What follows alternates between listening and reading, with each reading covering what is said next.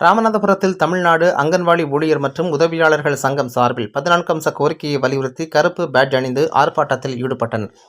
ராமநாதபுரம் மாவட்ட ஆட்சியர் அலுவலகம் முன்பு தமிழ்நாடு அங்கன்வாடி ஊழியர் மற்றும் உதவியாளர்கள் சங்கம் சார்பில் அங்கன்வாடி திட்டத்தை தனியார் மயமாக்கும் சட்டத்தை ரத்து செய்ய வேண்டும், குறைந்தபட்ச ஊதியம் 26,000 உயர்த்த வேண்டும், பணிக்கொடையை 10 லட்சமாக உயர்த்த வேண்டும், ஓய்வூதியம் 8,000 வழங்கிட வேண்டும் உள்ளிட்ட 14 அம்ச கோரிக்கையை வலியுறுத்தி கருப்பு பேட்ஜ் அணிந்து ஆர்ப்பாட்டம் மாவட்ட தலைவர் உமாராணி தலைமையில் நடைபெற்றது.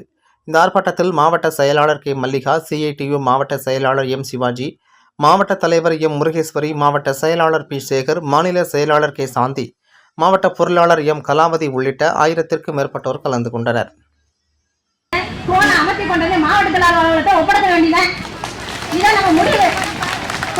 செயலாளர்